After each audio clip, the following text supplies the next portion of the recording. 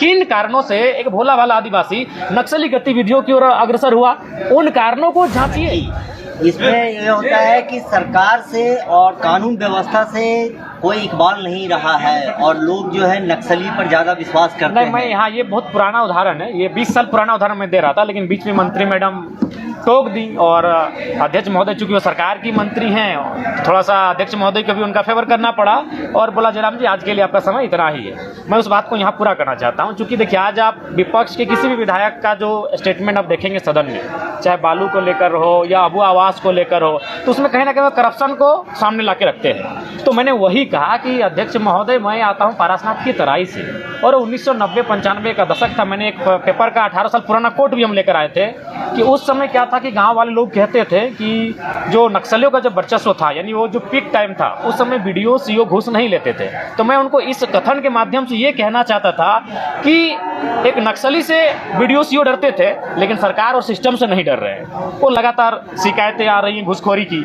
और दूसरा इस कथन से हम यह भी कहना चाहते थे कि जब ये राज्य आदिवासियों का है, जंगल आदिवासियों का, पहाड़ आदिवासियों का, मुख्यमंत्री आदिवासी, राष्ट्रपति आदिवासी, और उसी राज्य में जो अभी वर्तमान में गृह विभाग का डाटा है जिसमें 72 या 73 नक्सलियों की सूची है, जिसका राज्यपाल महोदय ने अभिभाषण में जिक्र किया, सदन में एक वरिष्ठ विधायक ने भी उस विषय को जिक्र किया। तो मैंने वही कहा जब ये राज्य आदिवासियों का, जल जमीन जंगल आदिवासियों का, और 70 में 50 से ज़्यादा आदिवासी नक्सली क्यों, किन कारणों से एक भोला भाला आदिवासी नक्सली गतिविधियों की ओर अग्रसर हुआ, उन कारणों को जांचिए, उन कारणों को जानिए। और मैं भी चाहता हूं कि नक्सली असंवैधानिक है, वो गलत रास्ते में है, उन्हें उस रास्ते से ना जाने दिया जाए। और मेरे कहने का अर्थ यही था कि हथियारों से नहीं, विचारों से आप रोकें। मैं तो यहां तक कहता हूं कि आज अभी आप अगर नक्सली और पुलिस के मुठभेड़ को देखिएगा, जो मुठभेड़ में शामिल होते हैं पुलिस की तरफ से जो शहादत देते हैं, वो भी कहीं ना कहीं 3rd और 4th ग्रेड की नौकरी करने वाले सिपाही वर्ग के लोग होते हैं।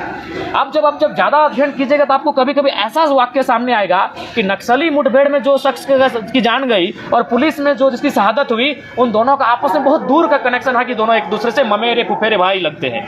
तो मेरा कहना है कि ना उस पहाड़ की जरूरत आम व्यक्ति को है, ना उस पहाड़ की जरूरत पुलिस को है। उस पहाड़ में जो खनिज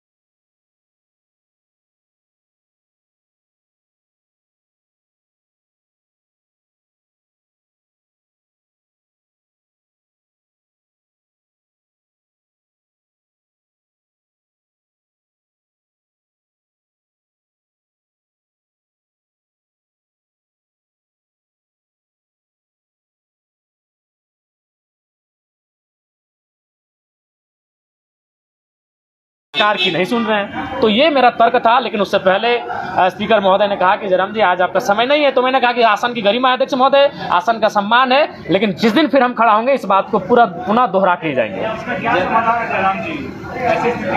देखिए ऐसी स्थिति का कारण यही कि जो भी सरकारी पदाधिकारी हैं उन्हें अपनी जो सैलरी है उसे आत्मसंतुष्टि करनी चाहिए।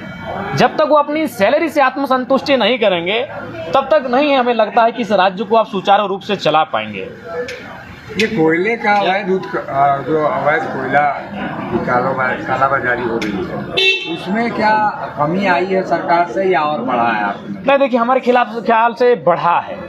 चूँकि देखिए एनडीए की गवर्नमेंट में क्या होता था कि ऐसा नहीं कि कोयला का कार्य नहीं होता था, लेकिन उसमें क्या होता था कि जो टॉप लोग लेवल के नेता होते थे वे लोग करते थे। लेकिन वर्तमान की सरकार में क्या कि उनके पार्टी के प्रखंड अध्यक्ष भी उस सिंडिकेट में पूरे धड़ल्ले से शामिल है। आप चाहें तो जाके सर्वे कर लें, जो सत्ता पक्ष के पार्टी के प्रखंड अध्यक्ष नेता हैं, आप उनका 5 साल पहले की आर्थिक स्थिति और आज की आर्थिक स्थिति जो है उसका तुलनात्मक अध्ययन करें, आप जमीन और आसमान का अंतर पाएंगे। और उसका कारण एक ही है, कोयले की अवैध तस्करी में संलिप्तता। जी जी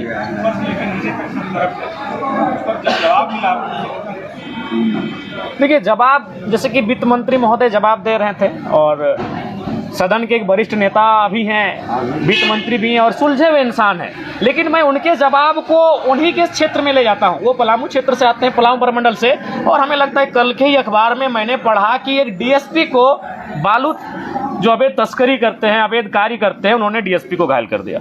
बागमारे की घटना आपसे छुपी नहीं है, कुछ दिन बाद फिर थानेदार के हाथ को तोड़ा गया, ये घटना आपसे छुपी नहीं है। तो ये चीज़ें तो चीख चीख के कह रही है कि सिस्टम और विधि व्यवस्था किस दिशा में है। सरकार, देखिए सबसे पहला बात है, सरकार ईगो में है कि भाई हम सरकार में अपनी खामियों को क्यों स्वीकारें। मेरा कहना है वही सरकार बेहतर होती है जो अपनी गलतियों को स्वीकारे कि हाँ ये गलतियां हम में हुई हैं। ठीक है, आप सदन में मत स्वीकारिए। मेरा कहना है सरकार के जो मंत्री हैं वो सदन में ना स्वीकारे कि हम भूल कर रहे हैं, लेकिन आप जब कैबिनेट में बैठते हैं, जब कैमरा ना होता है, जब मीडिया नहीं होती है, उस समय स्वीकारे कि हाँ ये असुविधाएं इस राज्य में है जो राज्य की जनता के लिए खेद है।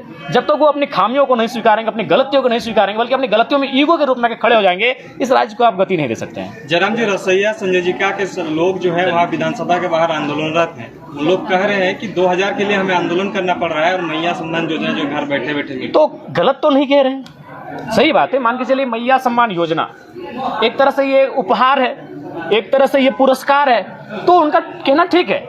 पुरस्कार से तो ज़्यादा उनको मिलना चाहिए जो श्रम कर रहे हैं, क्योंकि मैया सम्मान योजना की राशि जिस बहन को जा रही है, मैंने पहले भी तर्क दिया था 45 से ऊपर का, मैं 40-45 के जो ऊपर है उनका मैं समर्थन करता हूं, और बाकी जो लगे उनको स्कॉलरशिप के रूप में मिले, मैं आज भी उस बात पर अड़ी हूँ, चाहे मेरा वोट का क्या है मतलब नहीं है, लेकिन उनका भी तर्क सही है कि ये उपहार के रूप में हम इनको 2500 रुपये दे रहे हैं और वो श्रम कर रहे हैं, लगभग 8 घंटे श्रम कर रहे हैं, चाहे वो रसोईया हो, पोषण सखी हो, जल सहिया हो, सेविका हो, सहायिका हो, स्वास्थ्य सहिया हो, वो श्रम कर रही है। तो जाहिर सी बात है, अगर किसी को आप उपहार में, यही चूंकि सरकार का विषय है, सरकार अगर किसी को उपहार में 2500 रुपये देगी तो उसी समय कोई बहन खड़ा होकर कहेगी कि हम 8 घंटे श्रम कर रहे हैं, तो हम कम से कम उससे दोगुना राशि लेने का हकदार रखते हैं। आप उनको दीजिए 2.5। अगर आप मैया सम्मान योजना चूंकि अपने सरकार बना लिए, वो आपका मुख्य एजेंडा था चुनाव जीतने का, तो चूंकि अगर आप मैया को 2500 रुपये देते हैं, तो जो लोग श्रम कर रही हैं, चाहे वो कोई रहे, आंगनबाड़ी की रहे, जल सहिया रहे, स्वास्थ्य रहिया रहे, पोषण सखी रही या रसोईया रहे, उनको कम से कम उनसे इस 2500 से दुगना वेतन मिलना चाहिए, क्योंकि वो श्रम कर रही है, वो अपने आप का मेहनत कर रही है, वो खटा रही है अपने आप को। जी, ये तो काफ़ी दुर्भाग्यपूर्ण है। ये रिपोर्ट अभी 2020 जब वो कोरोना का काल था, जब हमें लगता है कि एक आम व्यक्ति के साथ साथ शायद पत्रकार बंधुओं ने अपने भी एक टीम बनाया होगा और आप लोग गांव-गांव मास्क लगाकर, हाथ में ग्लव्स लगाकर गए होंगे, लोगों की सेवा किए होंगे, आप एक दूसरे से डोनेशन कलेक्ट किए होंगे, और उस समय जो राशि अगर सरकार को मिलती है और उसमें अगर घोटाला होता है, तो ये तो मतलब इसमें तो कोई उत्तर ही और मैंने कहने लायक ही नहीं बचता है। जयराम जी, दान दिशाई से अच्छा अनुभव नहीं रहा है। थाना में अभी भी 5 महिलाओं को गाँव से बाहर निकाल दिया गया, क्या करेंगे? देखिए, ये बिल्कुल अमर्यादित है, असंवैधानिक, अमानवीय है, और सरकार को चाहिए विशेष इस बात को संज्ञान में लेते हुए जो लोग दोषी हैं उन पर कार्रवाई करें, क्योंकि आज 21वीं सदी में इस लोकतांत्रिक भारत में डांड, पिशाच, ये भूत प्रेत, ये विषय नहीं होने चाहिए। इन विषयों पर लोगों को प्रताड़ित नहीं करना चाहिए। ये बहुत ही दुखद है और खेदजनक है। ठीक है, थैंक यू।